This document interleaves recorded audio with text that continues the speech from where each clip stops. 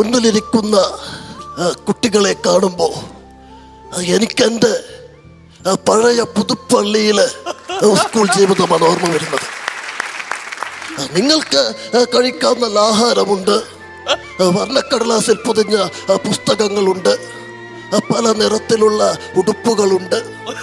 ഇതൊന്നുമില്ലാത്തൊരു കുഞ്ഞുഞ്ഞിനെ കുറിച്ച് നിങ്ങൾക്ക് സങ്കല്പിക്കാൻ കഴിയും. അന്നവൻ വെറും കുഞ്ഞുഞ്ഞായിരുന്നു, ദൃഢനായ ചാണ്ടിയുടെ മകൻ. ഏതൊരാളുടെ ജീവിതത്തിലും മുന്നോട്ടുള്ള യാത്രയിൽ പ്രചോദനമായിക്കൊണ്ട് ആരെങ്കിലും ഒരാളുണ്ടാവും. വെള്ള ജുബ്ബയിട്ട ഒരു കൊച്ചു കൂട്ടുകാരൻ എനിക്കുണ്ടായിരുന്നു.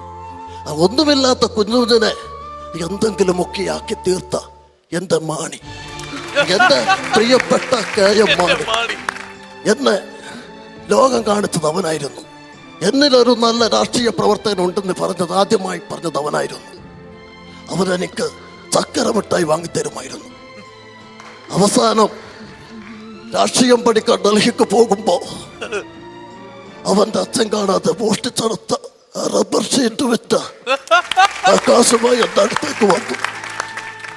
നിറകണ്ണുകളോട് ഞാൻ അവനോട് ചോദിച്ചു, ഈ കഥകളൊക്കെ എങ്ങനെയാണ് മാറി വീട്ടുകായെന്ന്.